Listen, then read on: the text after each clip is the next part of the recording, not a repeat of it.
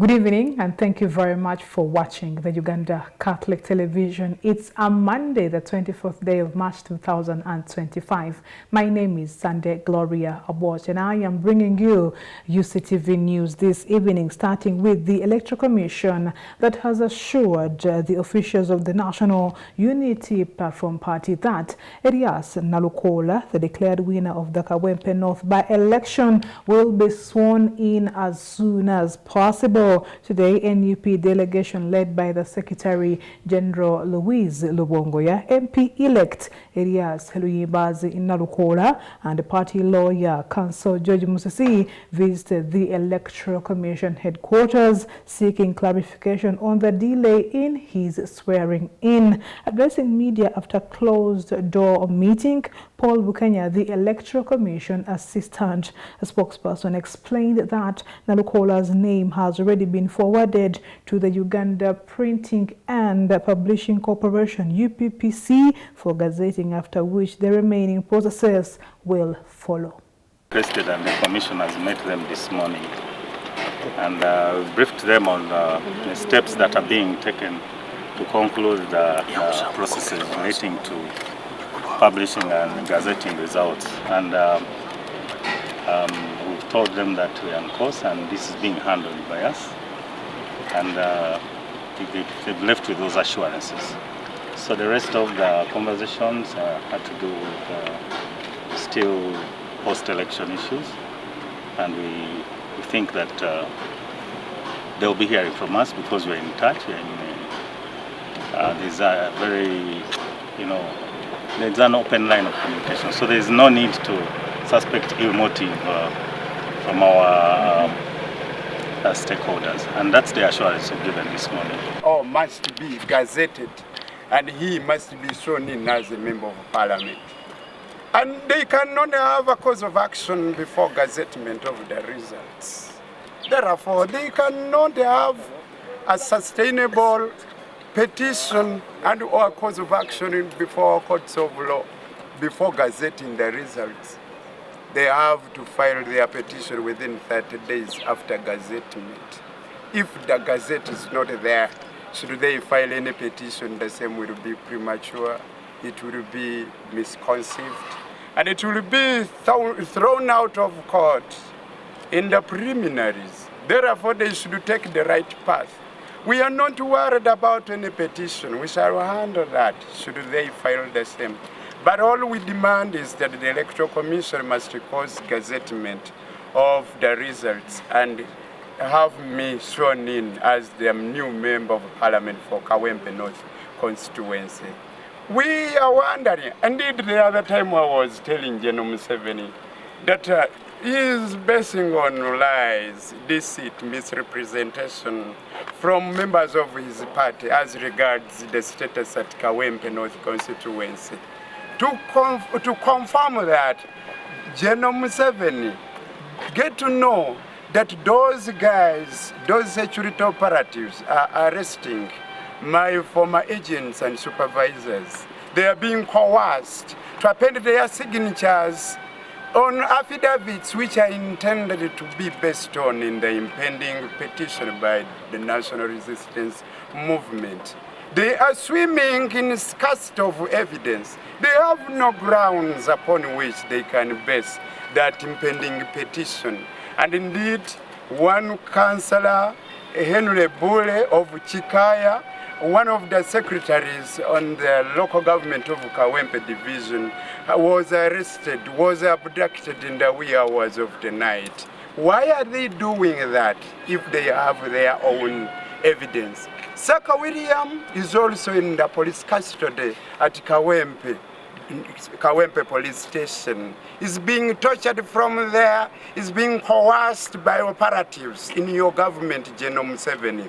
They are forcing him to append his signature on the affidavit they intend to use in the petition which is about to be filed by Nambi. Sincerely, that is wrong. Time has come for Uganda to have an enhancement of democracy. You must accept, in case we gave you a bloody nose in the recent by-election, we are calling upon you to do the rightful thing. order all those armed men and women to go back to their barracks and stop brutalizing Ugandans, especially those in Kawempe North constituency.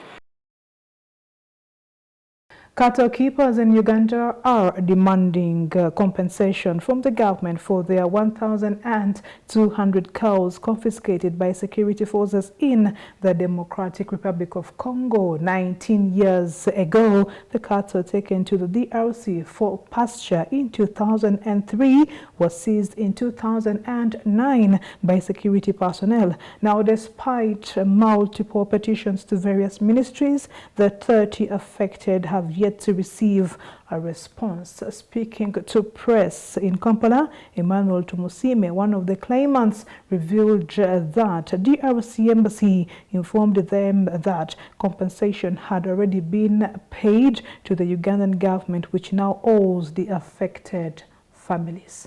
Who were the senior legal officers in that chamber.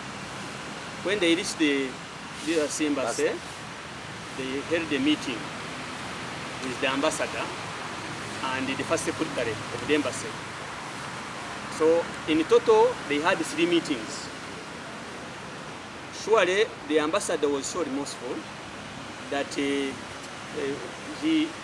said that they needed just to evaluate what they had lost in Congo and they be compensated. So a team was composed of the government valuer and an auditor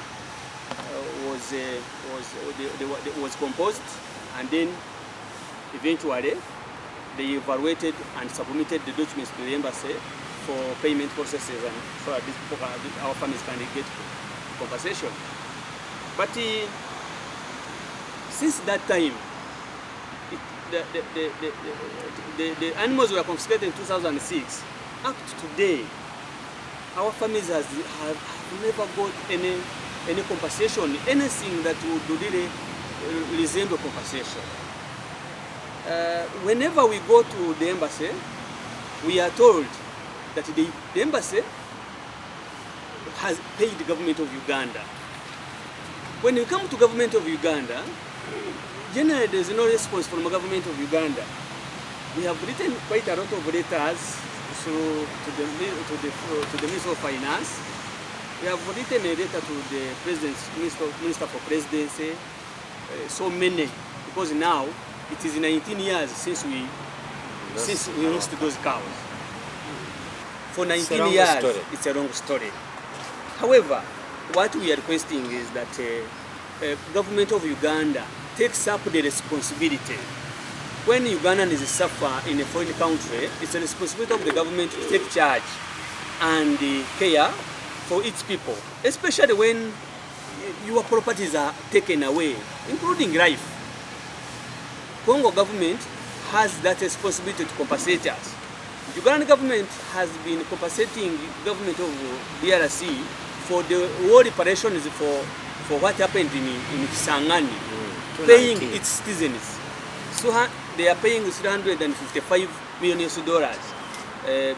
as per the instruction of the International Criminal Court, what they claim that Uganda destroyed in Congo. As Uganda pays that money, if at all Congo has never paid, then the government of Uganda should deduct at least not less than $50 million to compensate these certain families that lost a lot of property when they were in Congo. This is money that is there. We are paying it per annum in every financial year. So, therefore, we feel that by talking to the media and talking to the president particularly, he needs to intervene in this issue because it has overstayed. People are suffering. People have died. Families have disintegrated. There are many who are no longer married because their wives have decided to abandon them. They can't manage.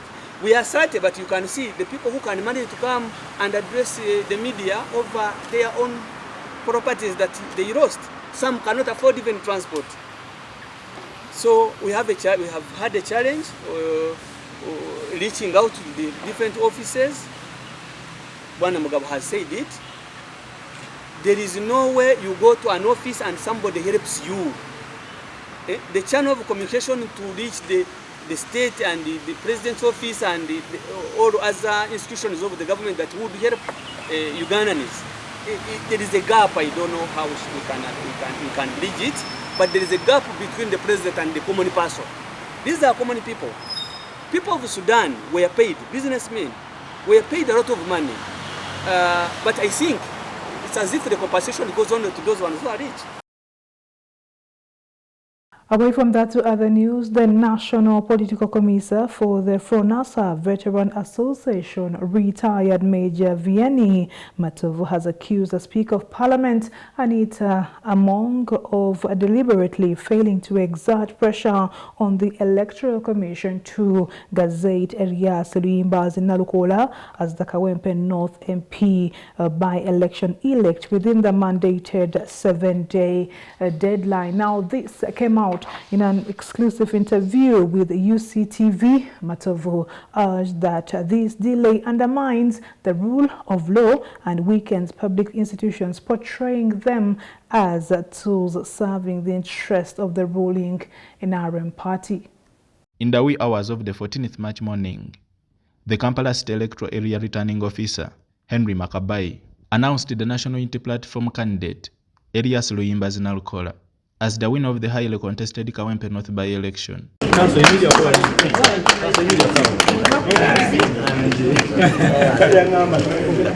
People power, our power, people power, NUP, everywhere.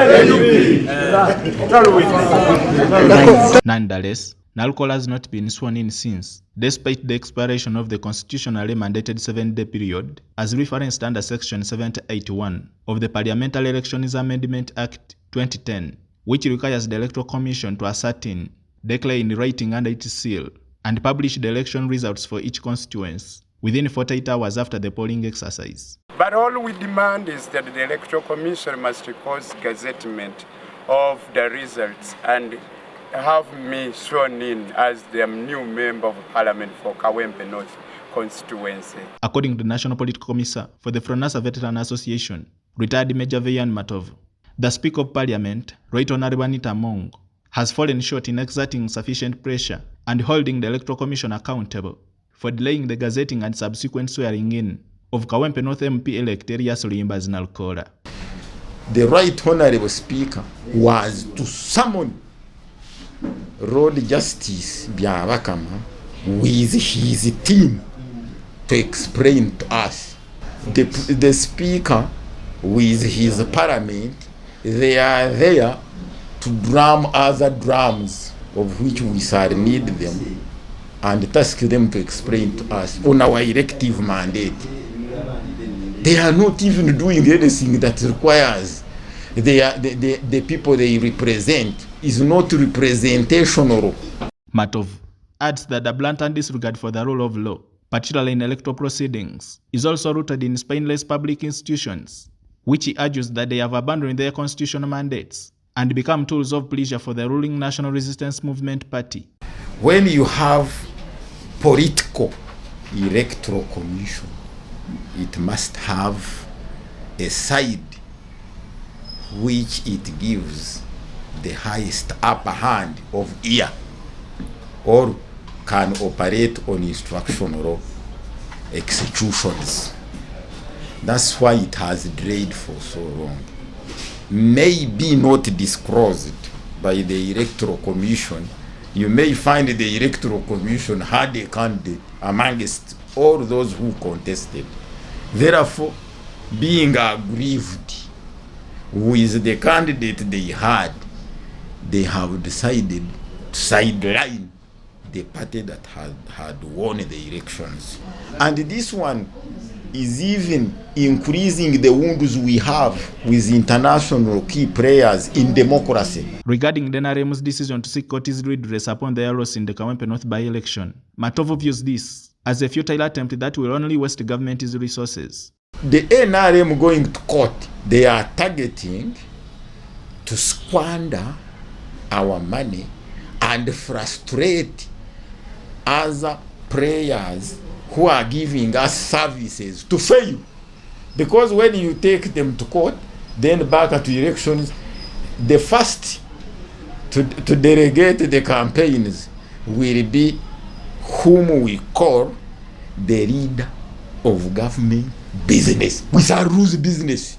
Meanwhile, today's morning, the Kawempe North MP-elect, Elias Luyimba's Nalkola, accompanied by the party's Secretary General and other leaders, visited the Electoral Commission headquarters in Kampala, seeking a comprehensive explanation for the delay in Nalkola's gazetting and swearing in. In response, the Electoral Commission assured them that efforts are underway to expedite the process. Joseph Kabale, Uctv News. The contributions of home economics teachers to Uganda's education sector remain significant, yet efforts, or rather their effort, often go unrecognized. During their annual celebration at Old Kampala grounds, the Home Economics Professionals Association, HEPA, urged the government to formally acknowledge and support both active and retired home economics teachers. The event also honored pioneers of the subject in Uganda, while students from various schools showcased their practical skills in home economics. The event brought together legendary figures that introduced and developed home economics as a subject in Uganda. Their legacy was highlighted through exhibitions of cooking, textile work, and crafts by students demonstrating the practical impact of home economics education. I have a preconceived idea that when somebody is born a woman, he has learned everything in the what? In the womb. He has come, oh, that is a girl. He can what? He can rear the children. Oh, this is a girl. They think that women have learned everything of family management in the what? In the womb. And yet, we are living with the home economic subject from hour one of the day to the end of the what? To the end of the day. During the celebrations, HEPA leadership emphasized the need for government intervention, pointing out that many home economics teachers struggle with financial and social support despite their long service. They urged policymakers to recognize home economics teachers as key contributors to national development and to integrate the subject more prominently within the education system. There are very many teachers who have studied home economics and they are ready to train. Government, I am requesting you please take these people on. There are very many teachers who are not on the government scheme, like they are not being paid by government of Uganda, but they are available and they are already working in government schools. So I want to encourage Ministry of Education, please put the ad. When the ad is there for teachers to come on government payroll, let home economic subjects be put. Let it be a priority for also teachers of home economics, nutrition and food technology, and foods and nutrition to come on the government payroll. Currently, we have so many teachers who are applying year in, year out. The gaps are there. Please take on the teachers.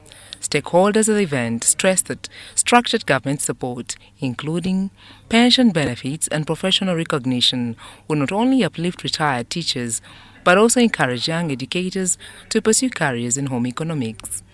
We need to emphasize its importance, not just as related to food and cooking, but also in the different attributes it equips our countrymen and women with. For example, the tailoring, it equips people with tailoring skills. The home managers, right now we have issues with home managers. This is a subject that's supposed to counteract most of these challenges. And now, with even the increase in obesity, even in the young population, at 2.5 per every 10 children, or 3 per every 10 children, we need to embrace the importance of this subject, not just in secondary schools, but from as low as primary schools. They believe that a stronger focus on the subject will equip students with essential skills for daily life and the future employment.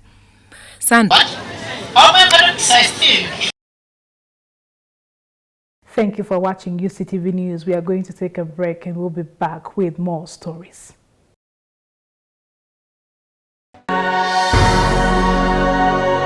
UCTV, good news for all. You are watching Uctv, good news for all. For this and more, tune in to Kasese Get Radio 100.5 in Western Region, located at the hill of the Diocese of Kasese. KGR brings you all Catholic programs and an advertising platform in all our radio shows like Good Morning Renzori, Chama Tovoka, Ukute, the business show, Propeller, the Rico show and sports, Evaluation, Bahinga Bakuluka, Late Night Show, and many others. Our other services include Isuzu Tipa, a no car, public address system, live band, Omokekera, an audio recording studio, and outside live broadcast. For more information, call 0773 597 166 or visit our website www.kasesegatradio.com. Kasese Radio, Omusondoria, the voice of truth.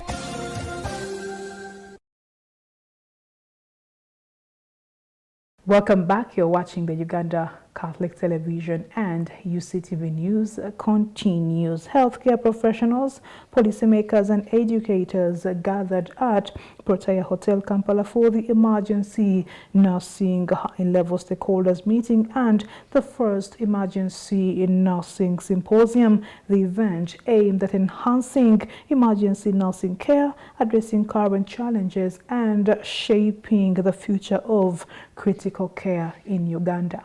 In the first years of the course. Stakeholders shared best practices and explored innovative solutions to enhance patient outcomes. A major highlight was discussions on developing a master's curriculum in emergency and critical care nursing, a move expected to strengthen Uganda's healthcare workforce. Geriatric nursing is going to be one of the most needed services in the not far future. In the next 10 years, there will be very many who will be above 60 and maybe above 80. That number is going to grow. We must advocate for the policies that support professional development, invest in specialized education, and promote excellence in practice. By working together, we can empower emergency nurses, strengthen health system, and ultimately save more lives. Beyond this, Makerere University is fully prepared to develop and implement more graduate programs in clinical nursing specialties, including of pediatric nursing, oncology, and other high-demand areas. We therefore invite stakeholders to collaborate with us in realizing this vision. With emergency medical services under increasing pressure, experts emphasized the need for improved training and better equipped personnel. Experts also underscored the urgent need for policy reforms, increased investment in emergency care infrastructure, and continuous professional development for nurses. Who are here, let's join hands together. Let's make sure that our service, when we offer, and many of us are here as supervisors, can we supervise those ones who are below us to have the right competencies, to use them at the right place and to the right people. And Dr. mentioned, you know, when our patients come, the first, what they pick is how do we respond to them. The rest will be there. You will do the best, but your communication with this person is the most important thing. What have you said? You may do the best procedure, but if your communication has not sunk well, the person will not be able to perceive it very well. And I believe all of us love the profession. Let's do our best and let's work with others in collaboration so that we put nursing care in the patient's care as one of the key things, such that every and each person can support us to deliver that effectively. They highlighted real cases where better training and resources could have significantly improved patient survival rates. Participants also agreed that collaboration between government agencies, healthcare institutions and training bodies is essential to building a resilient emergency nursing system that can effectively respond to Uganda's growing healthcare demands. To achieve meaningful progress, we need to strengthen collaboration between government, that is the political arm, the academia, the healthcare institutions, and development partners. We must invest in capacity building, policy advocacy, and infrastructure development to ensure emergency nurses are well equipped to provide high quality care. As I conclude, I wish to reaffirm the Ministry of Health commitment to improving emergency nursing services in Uganda. I commend all the stakeholders here today. The symposium marks a significant step toward advancing emergency response systems and ensuring quality health care for all. Thank you for watching. That takes us off for today in history.